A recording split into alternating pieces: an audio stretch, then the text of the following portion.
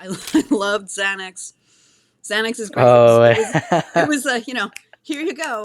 That's the Western medicine's answer family with my little brother coloring, and they were sitting across from me on the table.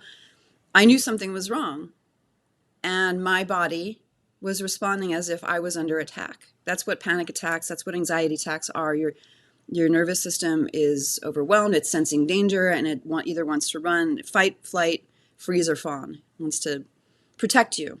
Even though I was Mhm. sitting in the TGI Fridays and I wasn't under any threat, but my body was telling me I was, that there was something wrong was happening.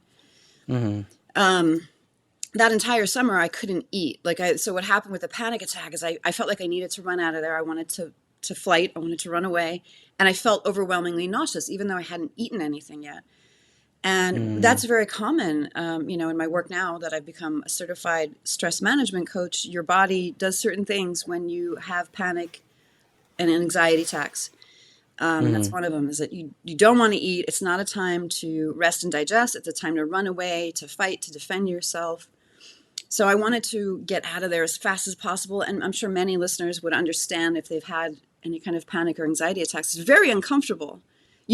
Consciously, like, this is not right. Shouldn't be going on right now. But you're feeling it, and your body's overtaking your mind. Your body's stress hormones are overtaking your conscious mind. So that whole summer, I just couldn't eat. Like every time that I thought of food, I just felt like I wanted to throw up.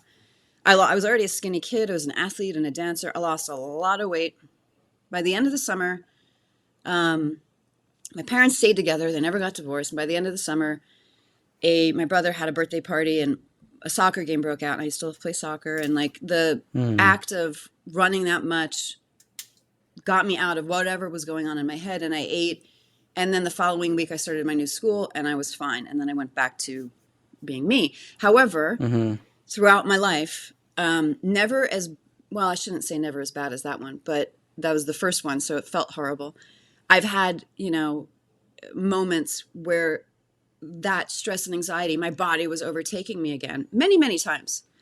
In social situations, I was pursuing professional acting. So, at auditions or right before auditions, on dates, On waking up in the dates. middle of the night. Like it became something that I had to deal with. And when I would go to doctors, and I'd been a therapist, a couple of psychiatrists that gave me medications that didn't really work, I was always a seeker. I was raised with a mom who knew a lot about nutrition, and she did help me Mhm. somewhat. She probably should have taken me as therapist, which she didn't do, but she did teach me like about nutrition. And also, I had some other experiences where I realize that doctors, while they mean well, don't always have the answers. And so I have to be my own advocate, especially around mental health, especially around certain aspects of health. If I break my arm, I'm going to go to the ER. They're going to set it, and my body's going to heal. But with my anxiety and stress attacks, they're like, in the mental health industry, they're like, well, try this pill. Oh, that pill didn't work. We'll try this pill. Oh, we'll double it. Like, it's just kind of like throwing spaghetti at the wall. And it made me get to the point of like, well, I guess that's just who I was. I was a seeker. I wanted to know why this was happening. Mm. So I did get a bachelor's degree from UC Berkeley in psychology. I thought about becoming a therapist, but I've now become a certified stress management and anxiety coach, where I focus on helping people with what I've dealt with my whole life. The specifics, yeah. Yeah, yeah. Therapy is great. It looks at your past. Yeah. And coaching, mental health coaching, is really like, what are your goals and what do you want to achieve? And sometimes for Mhm. people, medication works. It didn't work for me. I blog about how I loved Xanax. Xanax is great. Oh. It was here you go. That's the Western medicine's answer for anxiety. It's a benzodiazepine, as is Valium, Ativan. Hey, they work really well. They're also highly addictive and not meant to be on them for the rest of your life.